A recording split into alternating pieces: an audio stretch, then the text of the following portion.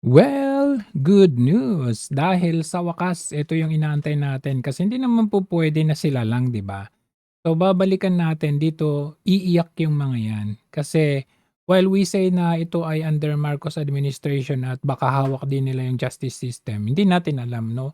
There's no harm in trying talaga kasi nakita naman natin, we have seen also doon sa oral argument sa Korte Suprema kung saan nasusunog yung mga tauhan ni Marcos Jr. So eto na nga, while they are having a feast diyan sa ginagawa nilang impeachment lalo na sa House, eto na po finally itong hindi lang sila Jokno, Luistro de Lima, Sindanya, hindi lang sila, marami diyan like sila Chua, ayan, sino pa yung isa, marami sila diyan actually. So it's a good thing na finally ito po hindi hindi nga natin naudyukan 'no, kagaya nung kay Sami Uy na inuudyukan natin na magkaso. Pero malay natin biglain din tayo ni Sami Uy kasuhan yung si, Antonio Trillanes Trililing. By the way, kapo-post ko lang sa aking FB. Sabi ko dun na, "Kayong mga loyalista kayo ha, na idol niyo si Trillanes at kanyang mga tropa pips. Ang tawag sa inyo ay kain suka na tanga na bobo pa." Uy, masakit ba? Anyways, ito, in line with this, pagkaso or pagsampa ng kaso sa mga ito ay, nakita ko rin naman itong si Attorney Neil 'no, yung lawyer ano daw, DDS lawyer, sa ano, sa kanyang ano, na ginawa pala ni Attorney Manscarpio na kanyang ano, spokesperson. Ayan, congratulations po sa inyo, ayan. Matalino din naman kasi ito. Maganda din na meron tayong mga ganitong exposures para sa ating mga kasamahan diyan. So anyways, moving on. Ayan, ito meron akong nakita na engagement na naman ni Marcos Jr. Dito sa saan ba 'to? Sa Western Visayas at ito po ay yung oath taking ng newly promoted teachers and school heads daw.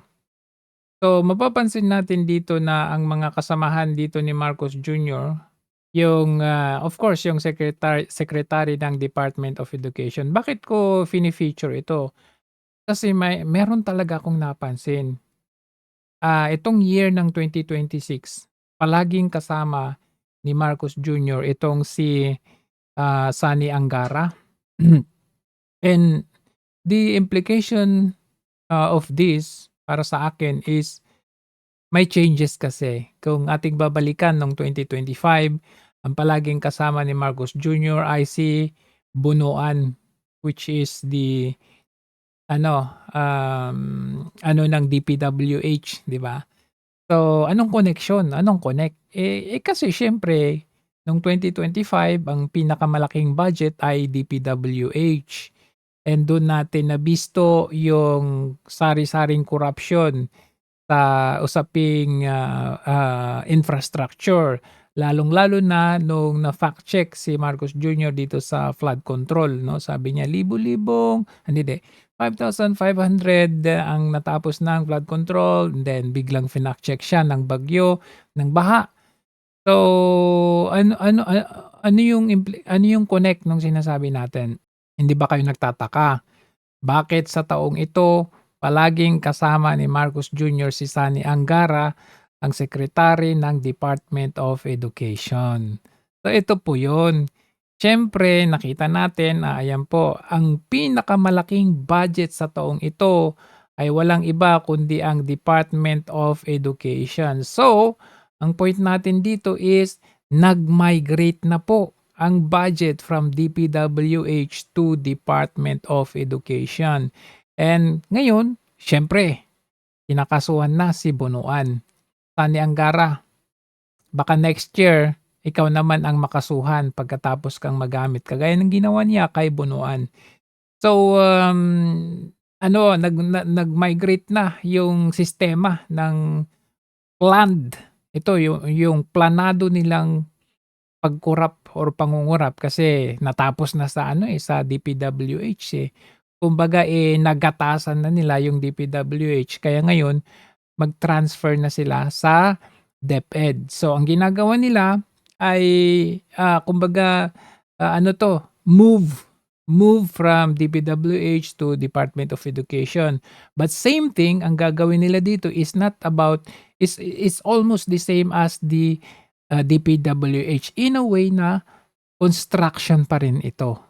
So, instead of 'di ba 'pag sinasabi nating Department of Education most likely is all about education. Although may mga ano 'yan, may mga constructions 'yan like, classrooms, mga gano'n, mga classrooms. So dito, ang nangyari dito is all about construction again.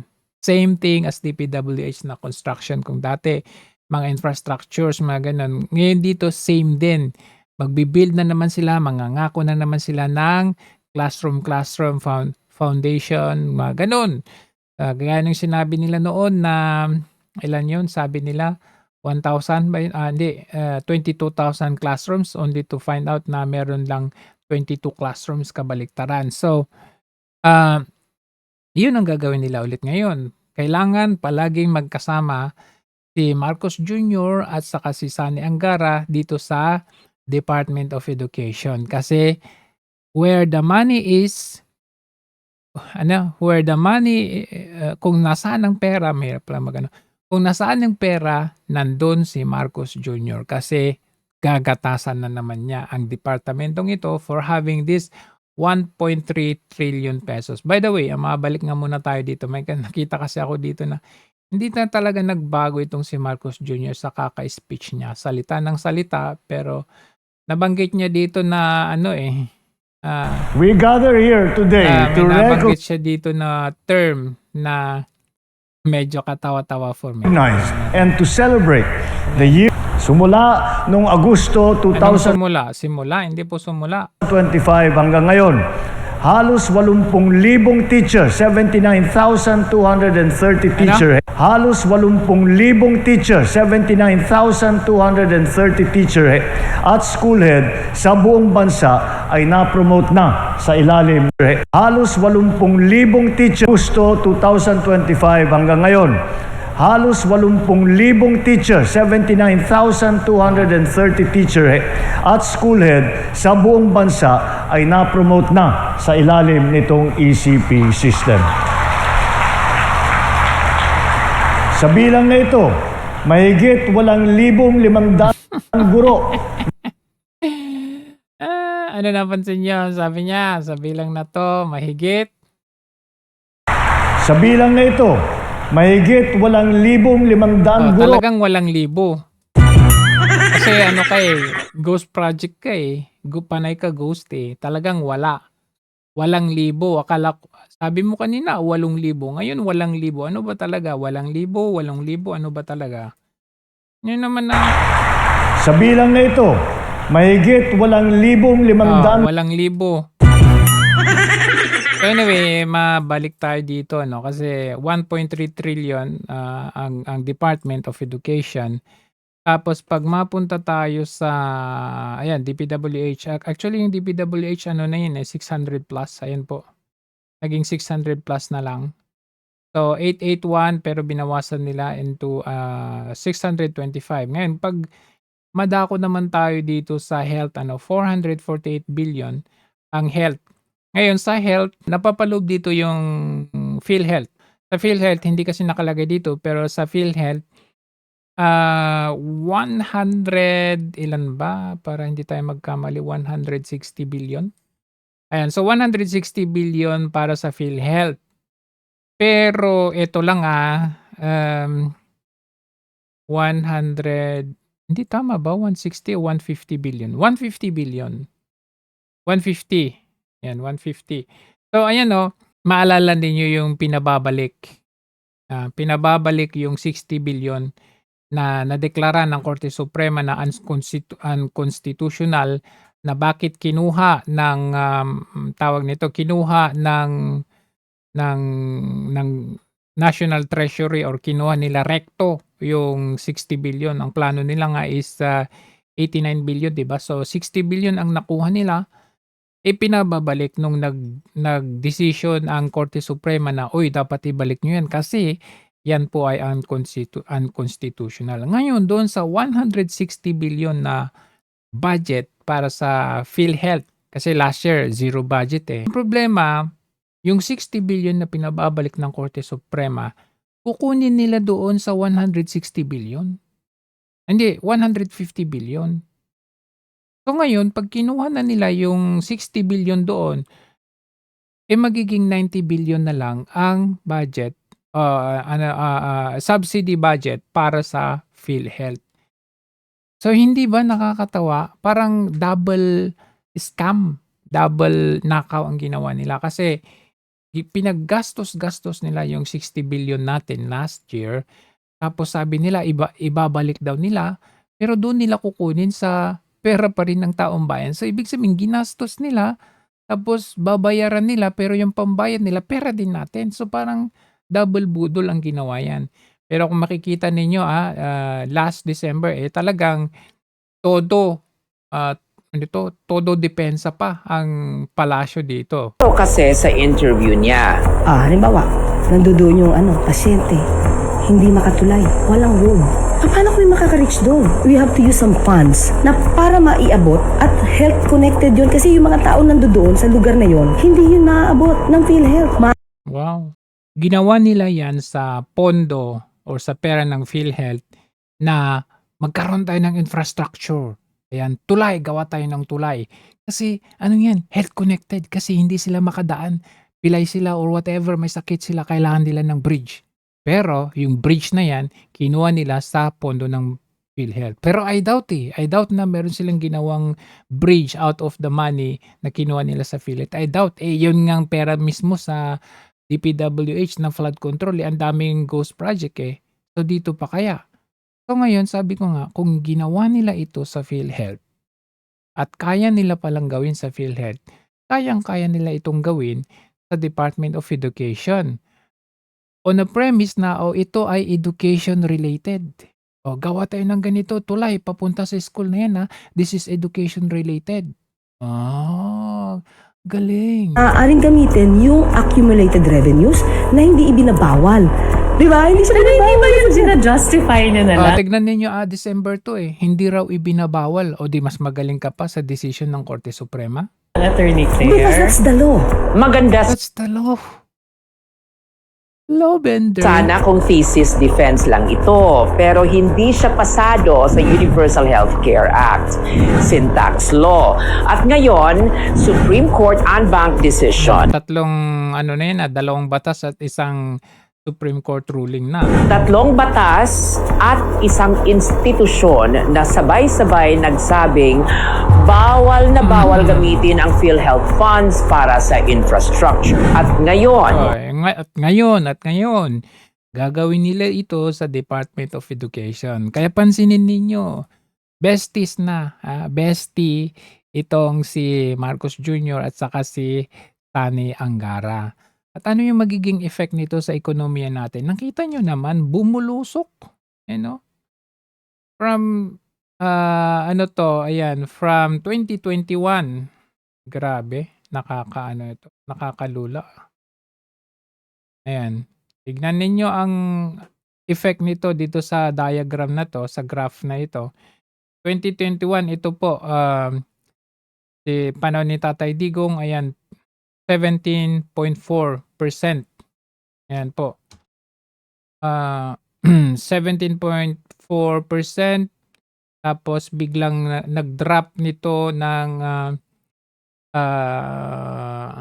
quarter of 2021.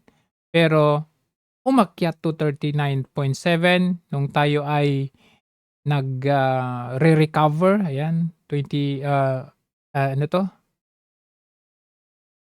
halos end year ng 2022 and then na-retain yan ng first quarter ng 2022, second quarter 32.9 and third quarter 35, si PRRD pa yan. Ayan, so nung makita ninyo from Q3 to fourth quarter, unti-unti na siyang bumaba. papunta siya ng 2023, ayan papunta ng 2023, 26.1. Dito kasi, sabi nung 2021 17.4, siyempre COVID yan eh. So ito, ayan walang COVID, 26, umakyat ng 34 ulit, and 34 to 40 nung second quarter ng 2023. Tapos ayan, okay siya, okay, medyo stable naman siya ng third quarter, fourth quarter ng 2023. And then coming into 2024, first quarter 35, 33, and 33, and then tumaas siya ng to 44.5 ng to Q4. Pero nakita ninyo 2025 biglang bumulusok na siya sa negative 24. Yan po. Yan, negative 24. Yan 0.9 to 8.2 tapos negative 24. Yan po ang effect.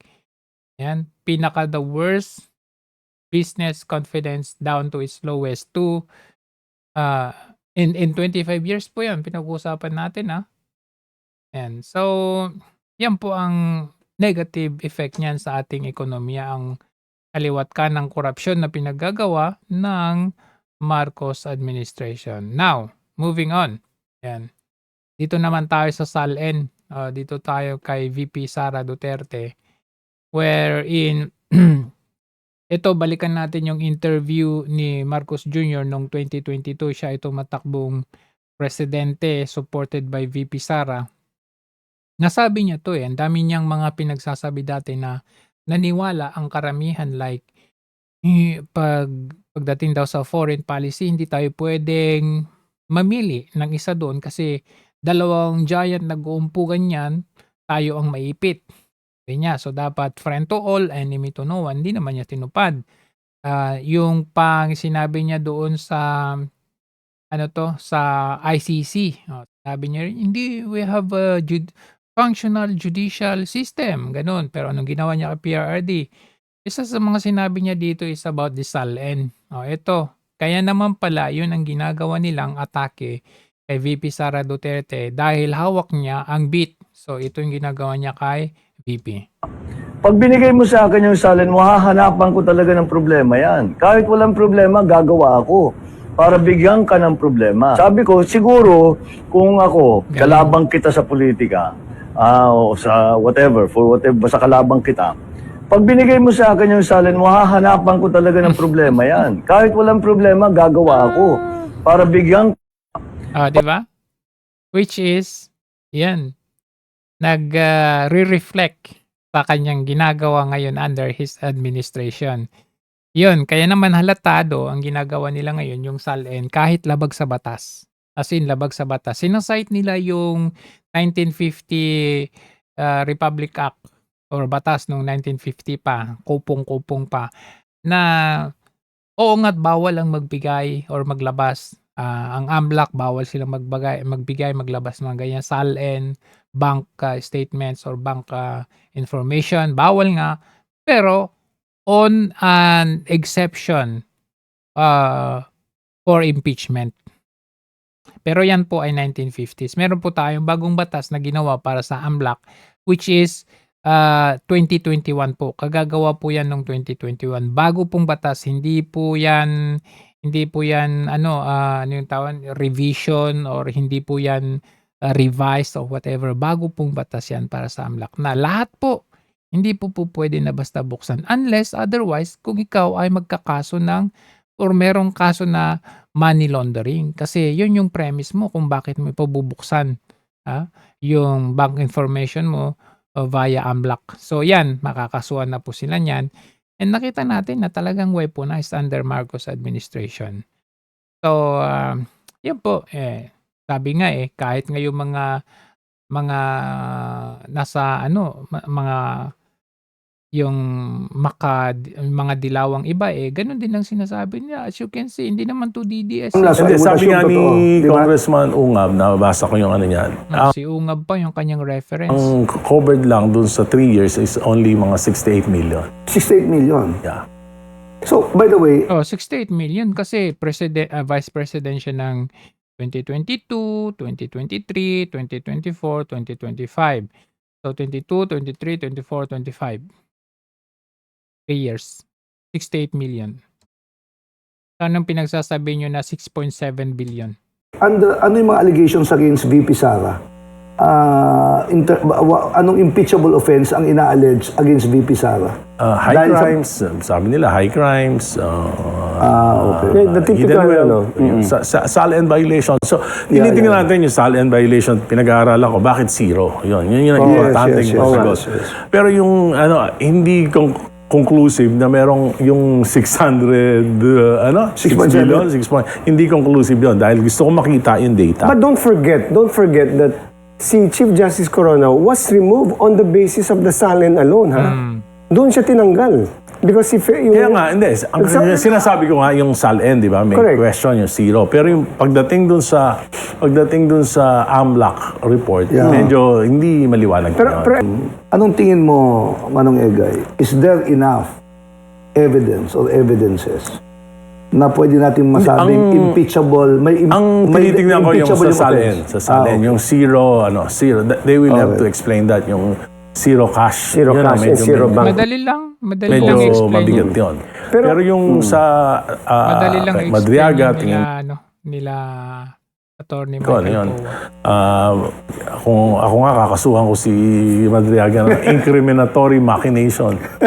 No, pangalawa, yung tungkol naman sa AMLAC, hindi conclusive. So, yung SALN violations, Yes. yan yung medyo... at saka yun nangyari, 2023-2024 yata. Gamla, so I Hindi, would- Alright. So, malinaw po yan. Anyway, moving on. Ito na naman si Lacson. Abay, tila baga nag-iingay ulit ng kanyang ka-fake newsan. Anong sabi niya? Hindi ko alam kung saan nanggagaling. May chismoso atang intel, chismoso na hindi totoo. May kinakasa umanong People Power Revolution laban sa Administrasyong Marcos Jr. Ay, di wow. May kinakasa umanong People Power Revolution laban sa Administrasyong Marcos Jr. Ayon mismo ito kay Senator Ping Lacson. Para sa update, magbabalita live si Mobile Journal, Merimon Reyes. Merimon, ano raw yung detalye ng bantang kudeta na ito? Wow. Lili binahagi o ibinunyag kahapon Magbebenta kaya ito? na ni Senate President Pro Tempore Ping Lacson na may ilang mga grupo raw ang nagpaplano ng People Power Revolution na suportado ng militar. At sa impormasyong nakuha ni Senator Ping, ito raw ay mga retired na mga opisyal na nangangalap ng suporta sa Armed Forces of the Philippines para patalsikin ang mga opisyal o ang mga lider ng gobyerno. Ito raw ay dahil sa mga kasulukuyang mga issue na nasasangkot ang ilang matataas na opisyal kabilang sina Pangulong Bongbong Marcos at Vice President Sara Duterte. Pero base naman sa contacts o yung mga kakilala ni Senator Ping sa PNP, wala pa naman daw detected signs na itong destabilization effort nag-gain na o pumupukaw na ng atensyon. Kaya kumpiyansa itong si Senator Ping na hindi raw magtatagumpay itong destabilization effort. Mariin ding sinasabi ni Senator Ping na lahat daw ng galit ng publiko o yung public anger sa mga isyong korupsyon maaari naman daw i-address sa mga pamamaraan na nakapasa ilalim sa saligang batas. Hindi ka nga sumusunod eh. Ayaw mong ipatawag yung mga dapat ipatawag. Saka, paano kami maniniwala sa'yo? Na, syempre, I'm sure, ibabato, meron na naman silang dinidevice na pang ibabato na naman nila sa mga Duterte Pero, alam mo, hindi na kami maniniwala sa'yo. Bakit ka mo? Yung palang sinasabi mong 67 contractors, biglang nawala. Kayo rin po nagsabi na 67 congressmen ay contractor. Ang tanong ho, kailan nyo raw ko papangalanan yung 67 Wala, chismis ko lang. na Wala yun? akong pangalan. Alam mo yung 67 na contractors na naging congressmen or yung congressmen contractors, nakuha ko yan sa isang member ng House. Oh. Tapos, Noong kasisimula pa lamang ng 19th Congress 2022, nagkakwentuhan kami. Napunta na sa by the way. Na tinanong ko, by the way, ilan na ba yung congressman na contractor? Sabi niya, ang huling bilang ko, 67. Hindi ko naman pinurso kung sino-sino yon. Bakit hindi? Kasi naging curious lang ako dahil marami na napapabalita na congressman, naging contractor, naging congressman. Sa akin, bakit hindi mo pinurso kung ito ay laban para sa bayan? Corruption na ito mismong nagpangalan sa'yo or nagsabi sa'yo, nagchuchu sa'yo ay isang member ng House. Red flag na red flag So yun. ikaw ay Blue Ribbon Committee. Pero dito nung nagsasalita ka nito, nung binring up mo itong 67 contractors, hindi ka pa chairman ng Blue Ribbon Committee. Bakit nung ikaw na ang chairman ng Blue Ribbon Committee, biglang nawala na ito? Kasi maliwanag na conflict of interest. Opo. Di ba? Eto, nung nagsalita ka nito, Blue Ribbon Committee ka na. Pero nung binring up mo yung 67 contractors, hindi ka pa Blue Ribbon Committee. Kaya ka tinanong ni Jessica, so kailan ba ninyo pangangalanan yung 67 contractors na yan? O ngayon, nang palusot mo, ek lang yun. Narinig lang namin yun. O, ngayon, sino na ang dinidiin ninyo? Walang iba kundi si Martin Romualdez. Naka-full alert ang PNP sa posibleng paglabas ng bansa ni na dating Speaker Martin Romualdez at dating Senate President Cheese Escudero. Live mula sa TV5 Media Center ng UN sa balita, si News 5 ang... Anyway, tingnan ninyo ito Ayan. Yan, tingnan ninyo ito pala, maisingit ko lang ito doon sa impeachment ni VP Sara. Kasi dito pala kay CJ Corona, yan po, mismo si JV Ejercito, inamin niya na nakatanggap siya pambayad para i-impeach itong si former Chief Justice CJ Corona or si Corona. So kaya naman pala lahat ng bumoto na for Corona during that time, nakatanggap ba kayo? Kasi ang tila alam ko na hindi bumoto si Miriam Defensor Santiago. So ayun po, 10 million. Believes that he was given additional 10 million through the disbursement when he was still congressman because he voted for the impeachment of former Chief Renato Corona. Ay di wow. So anyway, balik tayo dito. For Edwin Gaubok, nagigpit ba sa mga airport at pantalan dahil dito? Well, Jiggy, nagsagawa ng command conference si Interior Secretary John Vic Remulla kasama mga 50 opisyal ng PNP at mga affiliated units para higpitan o utos na higpitan ang pagbabantay sa lahat ng mga airport, mga seaport at mga coastline ng Pilipinas. Ito'y para masiguro na hindi basta-basta makakalabas ang sinumang mayroong hold departure order or preventive hold departure order. Like for example, yung enforcement ng existing hold departure order laban kay Speaker Martin Romualdez at yung iniintay pa ng Interior Department kung sakaling payagan nga ng Sandigan Bayan na hold departure order laban kay Senate President Cheese Escudero at sa negosyanteng si Maynard Ngu. So yung panginabangan. Pero in the meantime, may nagpapahanda na si Secretary Remulla ng alerto para hindi basta-basta makakalabas ang sinumang inaabangan ng PNP at ng PNP Maritime.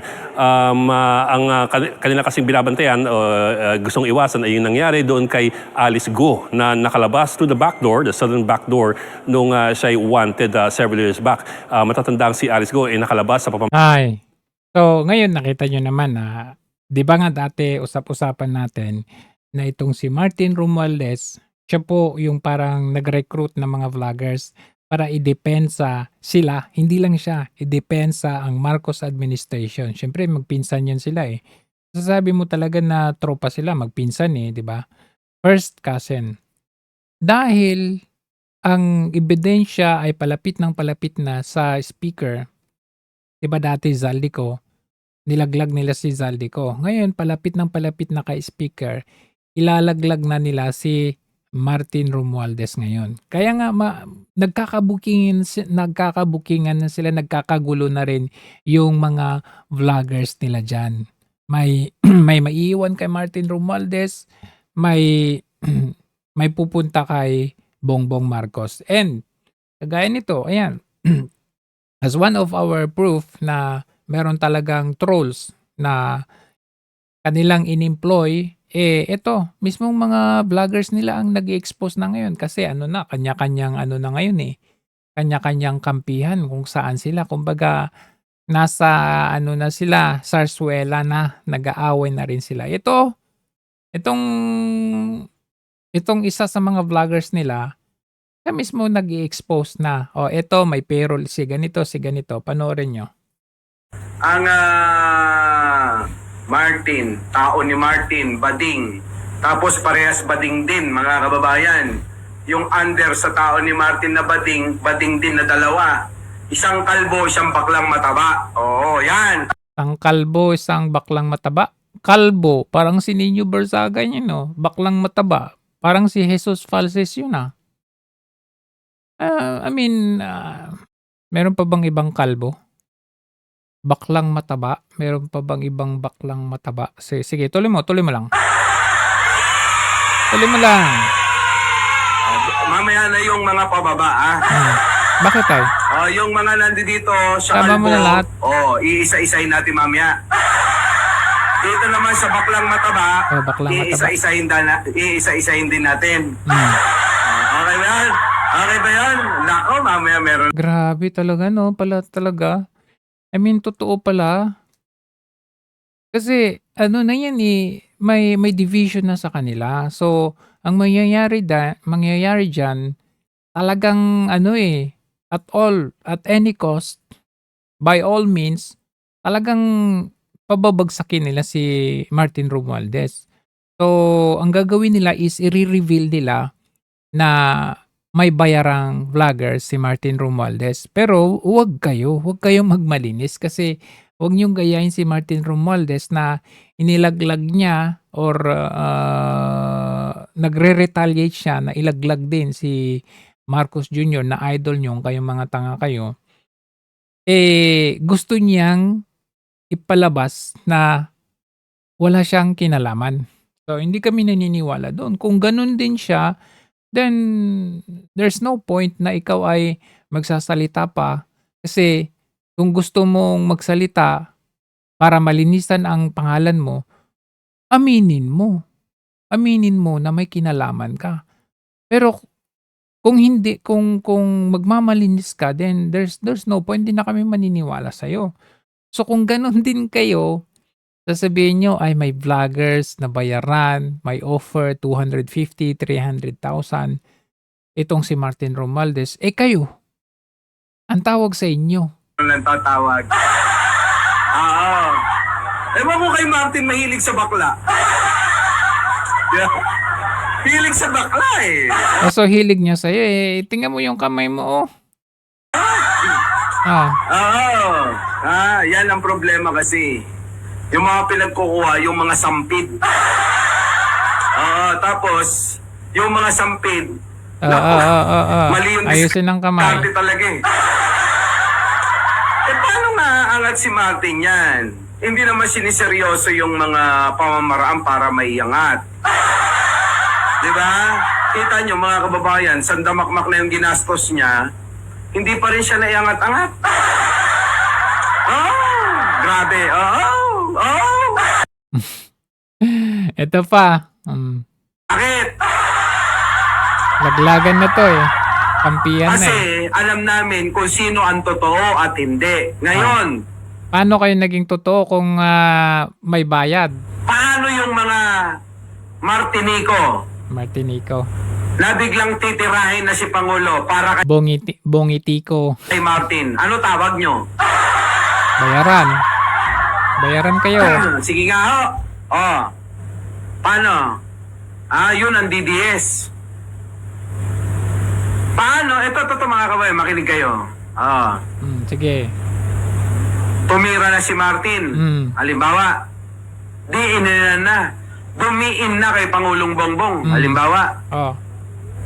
Yung mga vlogger na mga... Di ba pinagtatanggol nyo dati? Si Martin?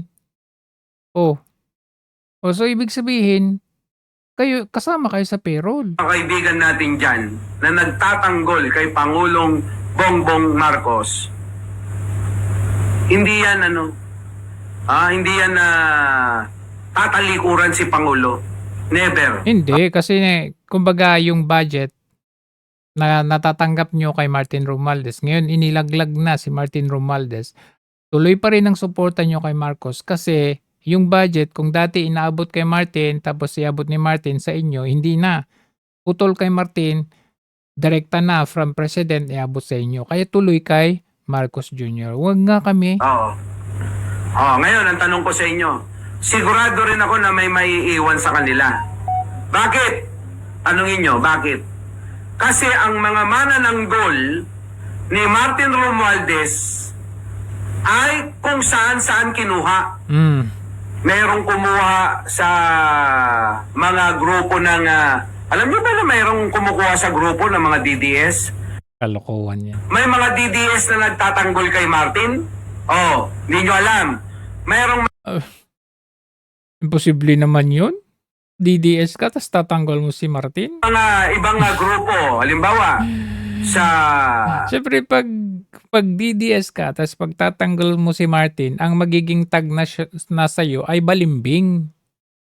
Balimbing ka na nun eh. Hindi, although dati kang DDS, tapos pag pinagtanggol mo si Martin Romualdez, ang tingin pa namin sa'yo, DDS na, hindi, balimbing ka.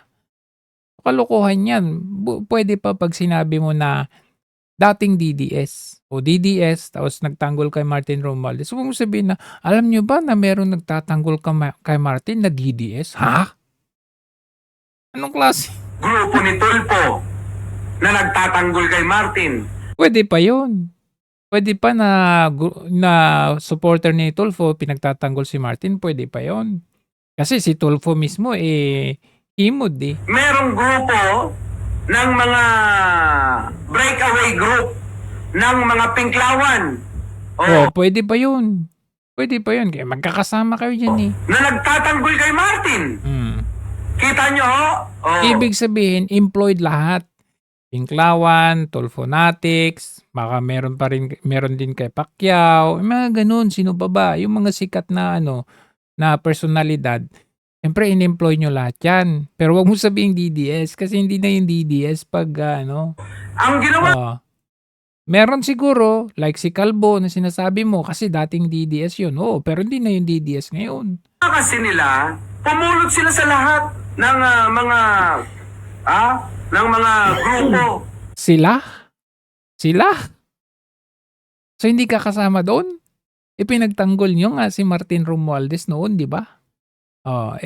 Nilaglag kasi, kaya hindi na ninyo wag ninyong exclude ang mga sarili ninyo sa ini-expose mo ngayon na may bayarang vloggers, sitong si Martin Romualdez. Kasama kayo doon. Ang bagong payer nila, ang bagong nagbabayad sa inyo ngayon, si Marcos. Hindi na si Martin Romualdez. Kaya wag nga kayong bida-bida. Speaking of bida-bida, eto. Ayan, pumunta pa talaga sa Czech Republic gamit ang pera ng taong bayan. Diba? So medyo mas maliwanag na mga detalye at datos. Na-track nyo na ba? Kung paano nandyan kayo, bumiyahe kayo, na-track nangyari. nyo. Paano nangyari na umabot na dumating sa atin yung balita na namataan, nakita, at na-akos.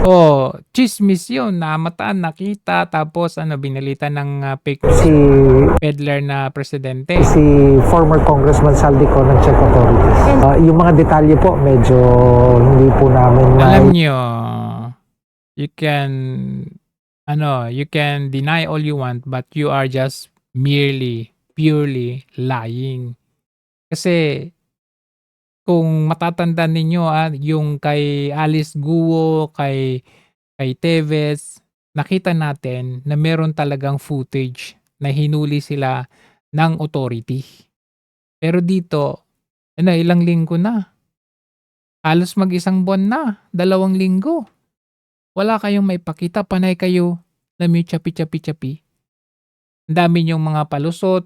Una, inaresto, hinuli, tapos ngayon, hindi pwedeng Kasi, tignan ninyo, ayan, kung titignan ninyo, trabaho yan ng DFA, bakit kailangan pumunta ang DOJ? May DFA tayo dyan. Diba?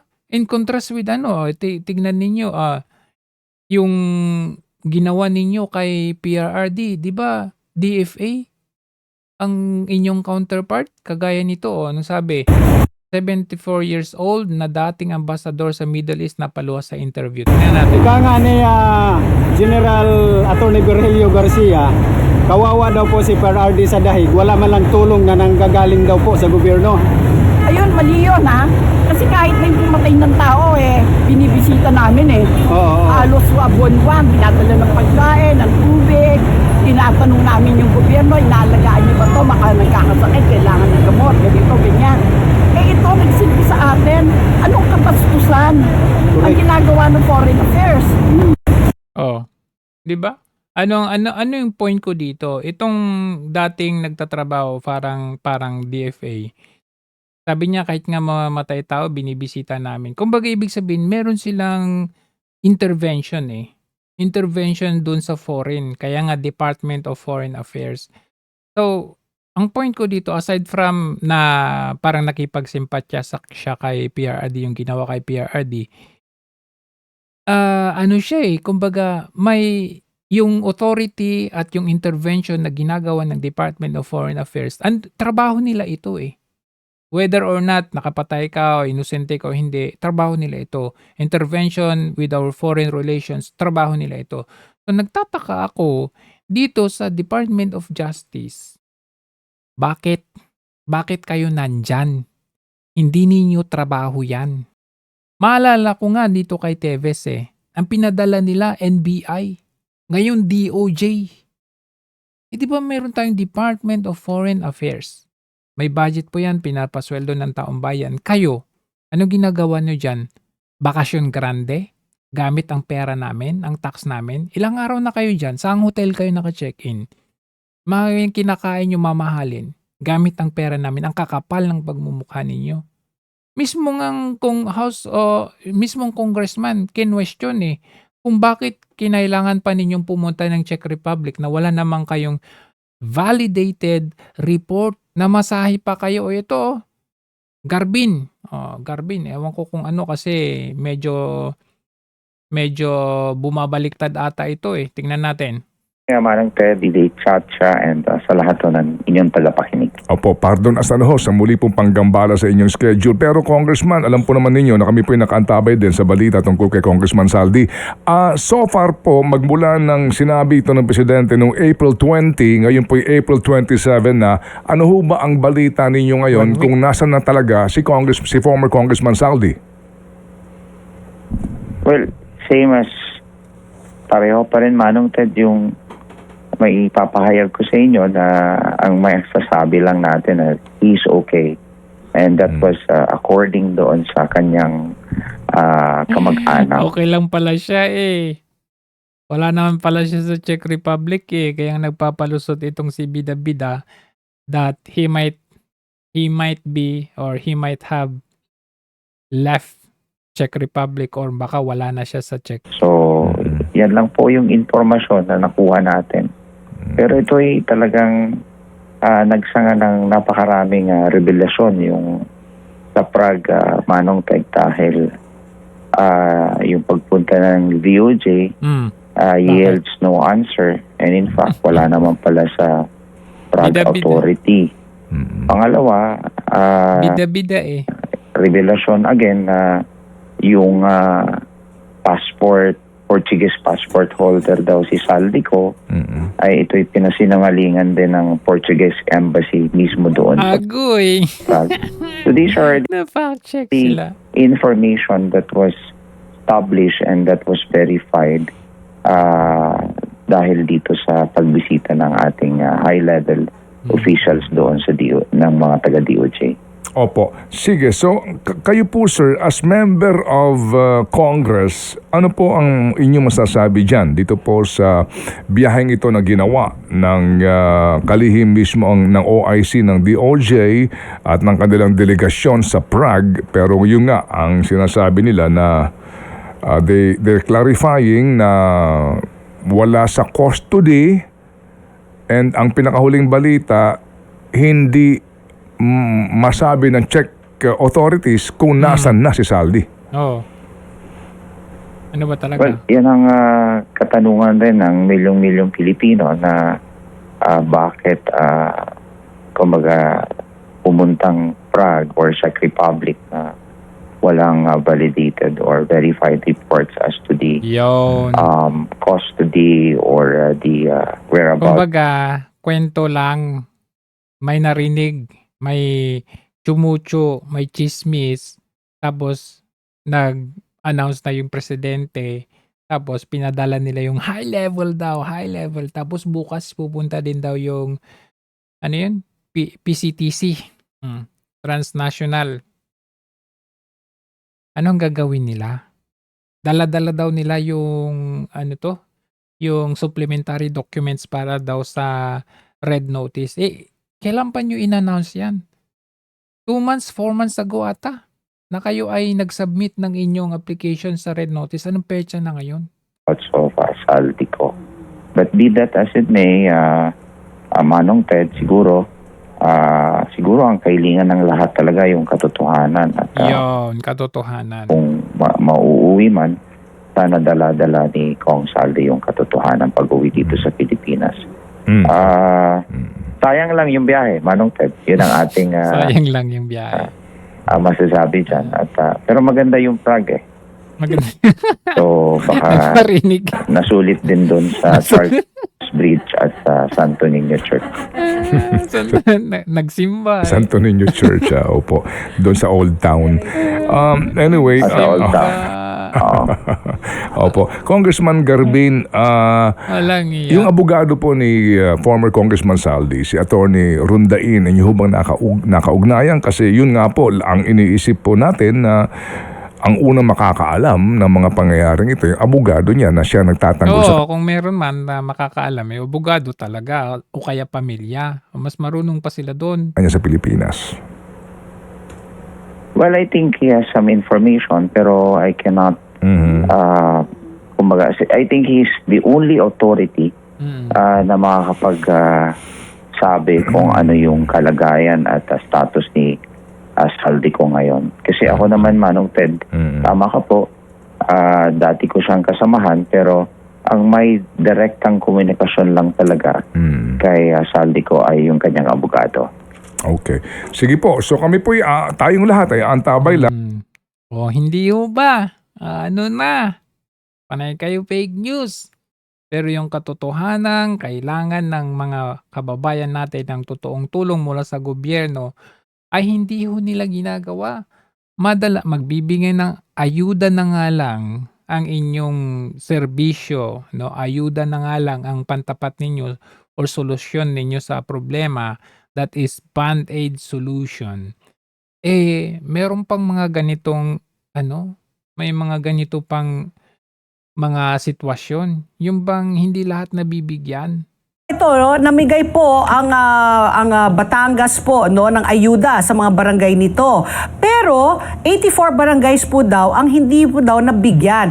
Ang una kong katanungan, ano po ang pakay? Bakit po sila binibigyan ng 200,000? Is this just uniquely for Batangas? Ang swerte man ng Batangas, napakayaman po ng inyong probinsya. At bakit po itong 84 ang hindi po nabigyan?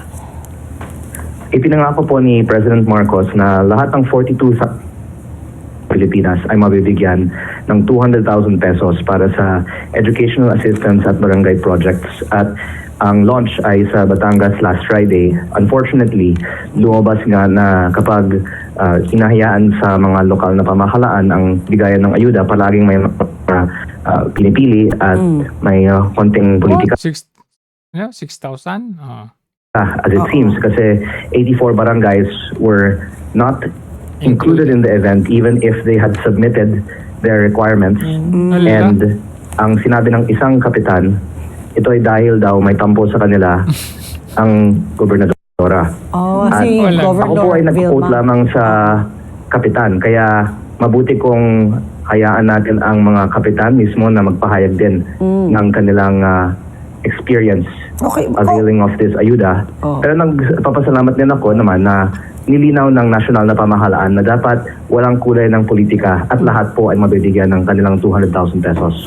Kung, bakit naman daw po nagtatampo kung totoo man si Governor Santos Recto, no? Bakit daw binigyan na ng dahilan? And ano po ba, karaniwan po ba ito nangyayari na pag halimbawa may tampo yung puno na sila mismo ang paliwanag kasi ayoko naman na sabihin nila na I'm putting words in their mouth. Sinabi po kasi ng kapitan na sinabi sa kanya kaya hindi sila inimbita dahil nagtatampo daw sa kanila si Gob. Pero ang sinasabi din naman kasi sa Batangas ay tuwing humihingi ng project ang iba sa Kapitolyo, inaalam ng Kapitolyo kung nanalo o hindi si Govie at si Lucky sa kanilang barangay. Kaya baka may kaugnayan po sa Saklap naman ng Pilipinas ngayon. Pili-pili din pala ang pinaggagawa, no?